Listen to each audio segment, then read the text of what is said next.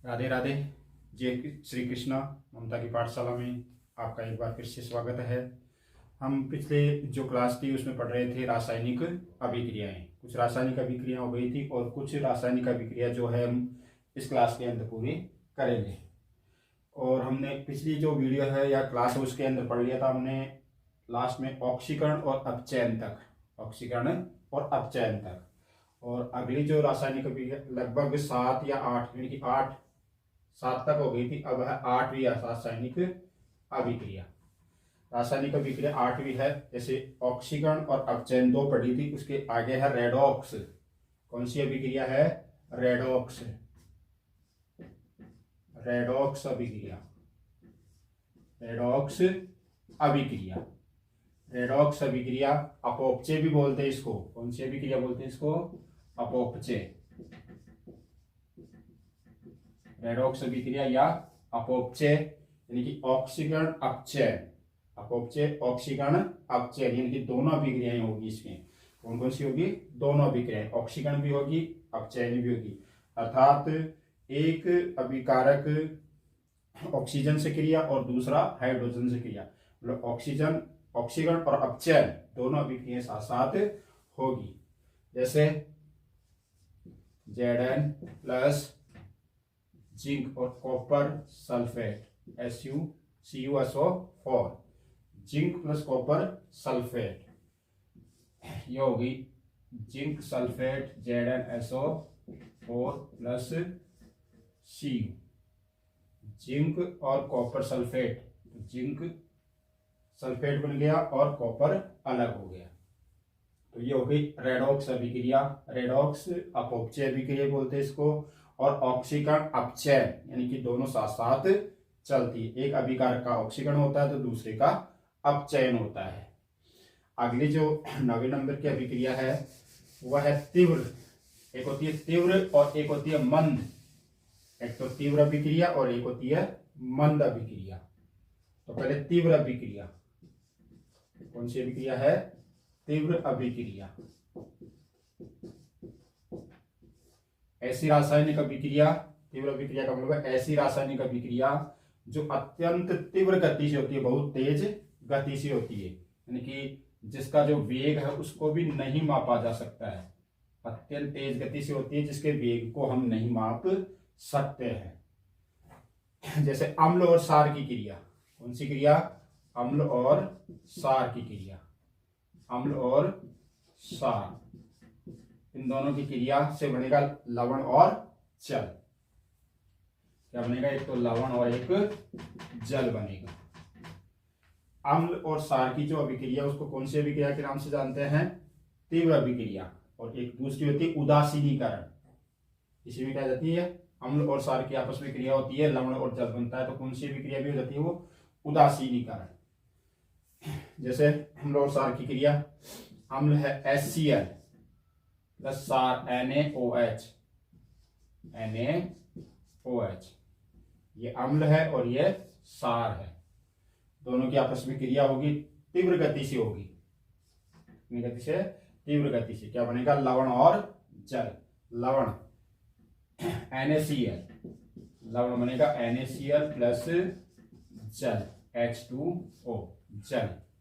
अम्ल और क्षार की जब क्रिया होती है तो वो अत्यंत तेज गति से होती है, इसके वेग को भी नहीं मापा जाता। ये इतनी तेज गति से होती है, बहुत ही तेज गति से। इसका जो समय है वो होता है 10⁻⁻10 सेकंड। इतने समय ये अभिक्रिया पूरी हो जाती है, इसलिए इसको बोलते हैं तीव्र अभिक्रिया, जो अत्यंत तेज गति से होती है जिसके वेग को नहीं मापा जा सकता है।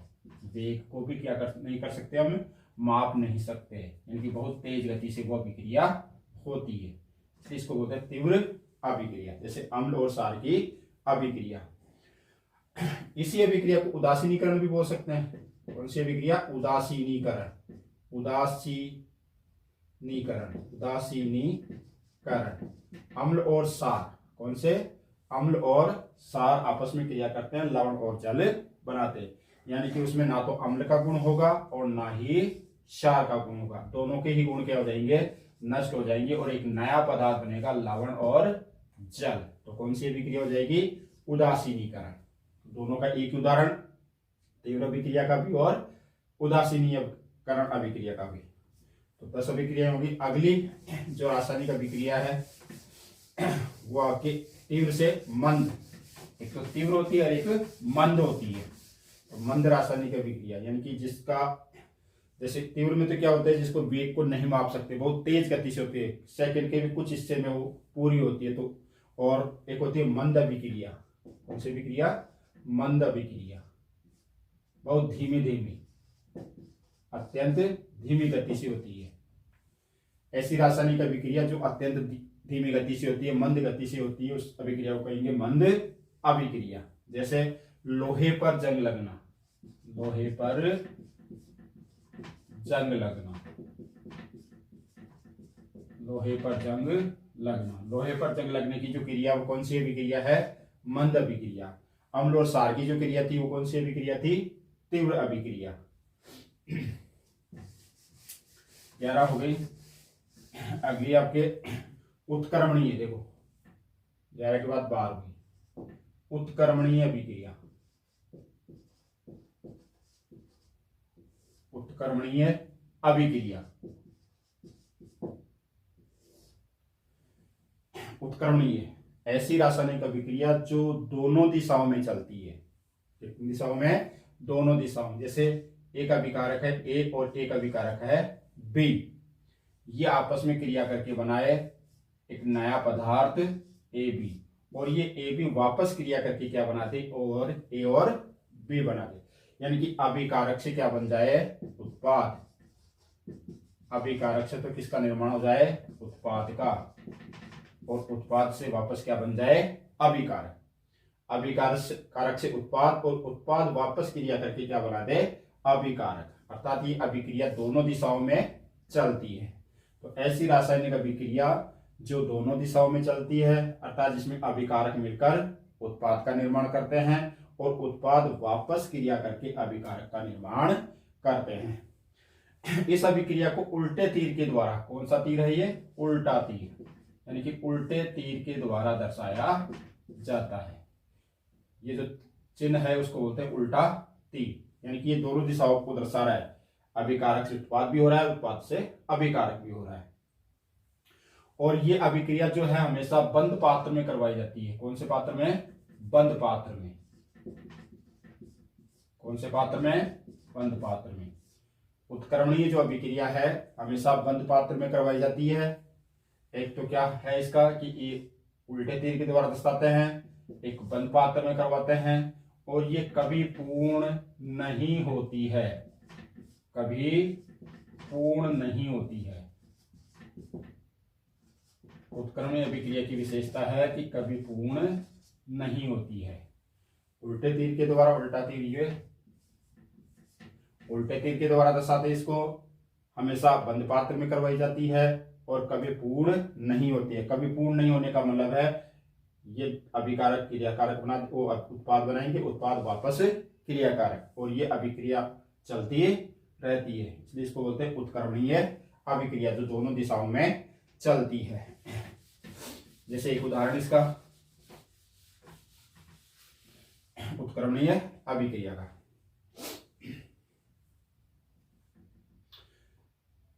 H2 hydrogen plus I2, H2 plus I2, HI hydrogen iodide, HI, इसको दर्शाएंगे उल्टे तीर के द्वारा U। अब इसमें देखना है कि ये समीकरण बैलेंस है। ये इससे पहले वाले तो क्या थे? बैलेंस थे। अब देखो यहाँ पर H2 है, यहाँ पर I2 है, यहाँ पर 1 है, यानी कि यहाँ पर 2 लगाएंगे। अब दोनों ये अभिक्रिया क्या हो गई? बैलेंस हो गई। इसमें हाइड्रोजन और आयोडाइड मिलकर हाइड्रोजन और आयोडीन मिलकर हाइड्रोजन आयोडाइड बना रहे हैं, और इनसे वापस, दोनों से वापस हाइड्रोजन का और आयोडीन का निर्माण होता है। तो ये अभिक्रिया हो गई उत्क्रमणीय अभिक्रिया। उल्टे तीर के द्वारा दर्शाया जाता है, बंद पात्र में करवाई जाती है और कभी पूर्ण नहीं होती है। उत्क्रमणीय। और एक है अनुत्क्रमणीय अभिक्रिया। कौन सी है? अनुत्क्रमणीय। ये तो थी उत्क्रमणीय, अब है अनुत्क्रमणीय। अनुत्क्रमणीय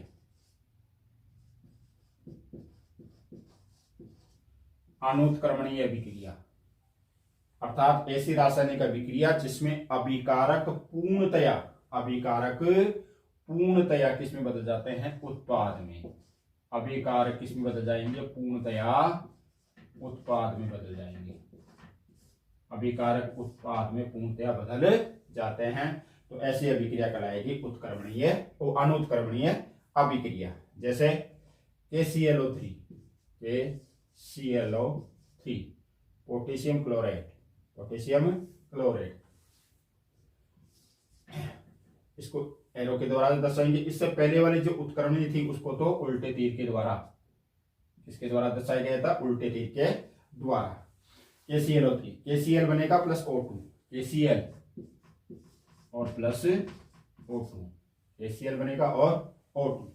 अब देखते हैं कि बैलेंस है कि नहीं है, O3 है और वहां दिख रहा है 2 है, इसका मतलब ये बैलेंस नहीं है, कम है उस तरफ, तो इसका मतलब यहां पर 2 लगाएंगे। कितना लगाएंगे, 2, तो 2 लगाते 4 हो गए, या 3 है तो यहां भी 2 लगाए, तो 2 लगाते देखो ऑक्सीजन 6 हो गए। कितने हो गए, अब 6 हो गए, तो यहां पर भी ऑक्सीजन कितने होने चाहिए, 6 का मतलब 3 से गुणा करेंगे तो 6 हो गए, और पोटेशियम 2 और Cl भी 2, तो यहाँ कितना हो जाएगा, 2। अब यहाँ 2 लगाने से, यहाँ 2 लगाने से, यहाँ 3 लगाने से ये अभिक्रिया क्या हो गई, पूर्णतया संतुलित हो गई। अनुत्क्रमणीय अभिक्रिया, कौन सी अभिक्रिया है, अनुत्क्रमणीय अभिक्रिया, जो ऐसी रासायनिक अभिक्रिया जिसमें अभिकारक या क्रिया कारक किसमें बदल जाए, पूर्णतया उत्पाद में बदल जाए, अनुत्क्रमणीय अभिक्रिया कहलाती है। और ये हमेशा खुले पात्र में करवाई जाती है और अग्र दिशा में चलकर पूर्ण हो जाती है। कौन सी दिशा में, अग्र दिशा में चलकर क्या हो जाती है, पूर्ण हो जाती है। उस उत्क्रमण क्या थी, 2 दिशाएं थी, अग्र और ये पश्च, अग्र और पश्च, तो ये उत्क्रमणीय जो है वो तो क्या होगी, अग्र दिशा में चलकर क्या हो जाएगी, पूर्ण हो जाएगी। लेकिन अनुत्क्रमण में क्या हो जाएगी, अग्र दिशा में चलकर पूर्ण हो जाएगी, लेकिन उत्क्रमणीय जो अभिक्रियाएं थी वो कभी पूर्ण नहीं हो रही थी। उत्करणीय और अनुत्करणीय। अब आपके 2 अभिक्रियाएं और है, एक है उष्मा सेपी और एक है उष्मा शोषी। उष्मा सेपी और उष्मा शोषी। उष्मा सेपी,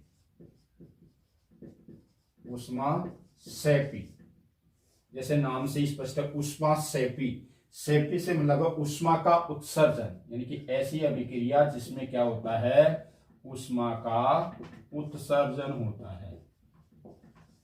उष्मा का क्या होता है, उत्सर्जन। ऐसी रासायनिक अभिक्रिया जिसमें अभिक्रिया के दौरान उष्मा का क्या हो, उत्सर्जन हो, यानी कि उष्मा में क्या हो, वृद्धि हो। उष्मा में क्या हो, वृद्धि हो। तापमान में क्या हो, वृद्धि हो। कौन सी अभिक्रिया कहलाएगी, उष्मा सेपी अभिक्रिया। ऐसी अभिक्रिया जिसमें अभिक्रिया के दौरान उष्मा का उत्सर्जन होता है, उष्मा में वृद्धि होती है, तापमान में वृद्धि होती है, उष्मा सेपी अभिक्रिया कहलाती है। जैसे nitrogen N2 plus H2, nitrogen और हाइड्रोजन, इन दोनों की क्रिया जब करवाते हैं तो बनता अमोनिया।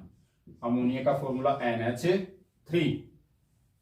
N2 और H2 आपस में क्रिया करें, क्या बन रहा है, NH3 अमोनिया। जब ये अमोनिया बनता है तो कुछ मात्रा में उष्मा का उत्सर्जन होता है, उष्मा बनती है, और वो उष्मा बनती है 93.33 किलो जूल।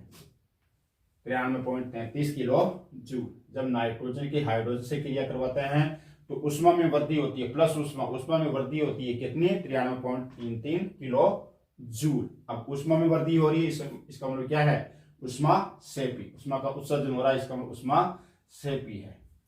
अब ये बैलेंस है नहीं है, N2 है, यहाँ 1 है, तो इसका मतलब यहाँ 2 हो जाएगा। N2 हो गया, हाइड्रोजन कितना 2, और यहाँ हो गया 6, यहाँ भी कितना हो, ये 6 करने के लिए कितना करते हैं, यहाँ पर 3 करते। तो ये अब दोनों ओर क्या हो गई, अभिक्रिया पूर्णतया बैलेंस हो गई। यदि उष्मा सेपी, उष्मा का उत्सर्जन। ऐसे एक है उष्मा शोषी। उष्मा शोषी, उष्मा शोषी अभिक्रिया, जैसे नाम है उष्मा शोषी, यानी कि उष्मा का अवशोषण। उष्मा का क्या होता है इसमें? अवशोषण। उष्मा का अवशोषण, उष्मा का क्या होगा इसमें? अवशोषण। उष्मा में कमी होगी। ऐसी रासायनिक अभिक्रिया जिसमें उष्मा का क्या होता है? अवशोषण होता है, उष्मा में कमी होती है, उष्मा शोषी अभिक्रिया कहलाती है। जैसे नाइट्रोजन की क्रिया, नाइट्रोजन की क्रिया ऑक्सीजन से करवाते हैं, नाइट्रोजन की क्रिया ऑक्सीजन से करवाते हैं तो नाइट्रो ऑक्साइड बनता है। क्या बनता है? Nitro oxide, NO, nitro oxide बनता है। और उष्मा में क्या आती है? कमी आती है। उष्मा में क्या आती है? कमी। और ये कमी आती है लगभग 180 किलो जूल के। 180 किलो जूल उष्मा में क्या आती है? कमी आती है।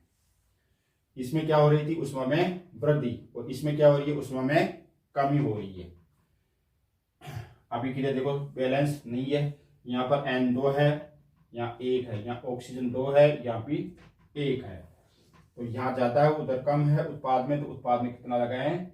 2 लगाए। तो अब दोनों ओर N2 हो गए और ऑक्सीजन भी 2 हो गए। तो ये थी उष्मा क्षेपी और उष्मा शोषी अभिक्रिया। उष्मा का उत्सर्जन और इसमें उष्मा का अवशोषण, वृद्धि और इसमें कमी। ये थी आपके कुछ रासायनिक अभिक्रियाएं। अगर रासायनिक अभिक्रियाओं कुछ ऐसे पदार्थ होते हैं जो प्रभावित करते हैं, रासायनिक अभिक्रियाओं कुछ पदार्थ ऐसे होते हैं जो क्या करते हैं? प्रभावित करते हैं। प्रभावित करने का मतलब है कि कुछ पदार्थ ऐसे जो अगर अभिक्रिया के दौरान मिलाया जाए तो वो अभिक्रिया के वेग को या तो कम कर देंगे या घटा देंगे, या बढ़ा देंगे या कम कर देंगे। तो कुछ ऐसे पदार्थ होते हैं रासायनिक अभिक्रिया में जो अभिक्रिया के वेग को प्रभावित करते हैं। तो ऐसे जो पदार्थ उनको कहते हैं हम उत्प्रेरक। क्या कहेंगे? उत्प्रेरक। उत्प्रेरक। ऐसे पदार्थ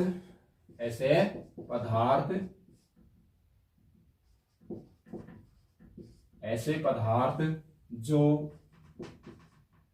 अभिक्रिया के वेग को, ऐसे पदार्थ जो अभिक्रिया के वेग को प्रभावित करते हैं, अभिक्रिया के वेग को प्रभावित करते हैं, क्या कहलाते हैं? उत्प्रेरक कहलाते हैं। ऐसे पदार्थ जो अभिक्रिया के वेग को प्रभावित करते हैं। प्रभावित करने का मतलब है कि या तो वेग में वृद्धि करते हैं, प्रभावित करने का मतलब क्या है? या तो वृद्धि या फिर उसमें कमी। कुछ पदार्थ ऐसे होते हैं जो वृद्धि करेंगे, अभिक्रिया की दर को बढ़ा देंगे, वेग को बढ़ा देंगे। और कुछ पदार्थ ऐसे होते हैं जो अभिक्रिया के वेग में क्या कर देते हैं? कमी कर देते हैं। तो ऐसे जो पदार्थ है वो पदार्थ कहलाते हैं उत्प्रेरक।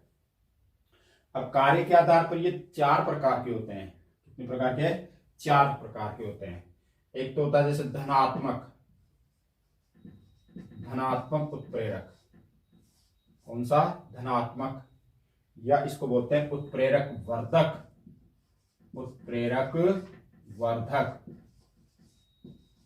धनात्मक उत्प्रेरक या उत्प्रेरक वर्धक। वर्धक बढ़ाने वाले, उत्प्रेरक वर्धक। धनात्मक उत्प्रेरक या उत्प्रेरक वर्धक जो अभिक्रिया के वेग में क्या करते हैं? वृद्धि करते हैं, यानी कि अभिक्रिया के वेग को बढ़ाते हैं।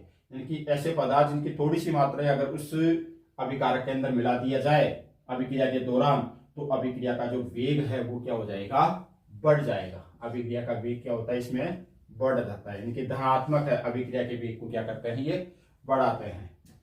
दूसरा है ऋणात्मक उत्प्रेरक, या इनको बोलते हैं उत्प्रेरक विष।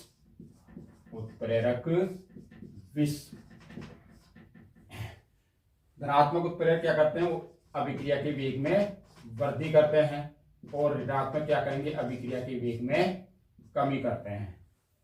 ऋणात्मक उत्प्रेरक ऐसे उत्प्रेरक या ऐसे रासायनिक पदार्थ जो अभिक्रिया के दौरान अगर अभिक्रिया में मिलाया जाए, अभिकारक में मिलाया जाए, तो अभिक्रिया के वेग को क्या कर देते हैं, कम कर देते हैं, और धनात्मक क्या कर देते हैं, उसमें वृद्धि कर देते हैं।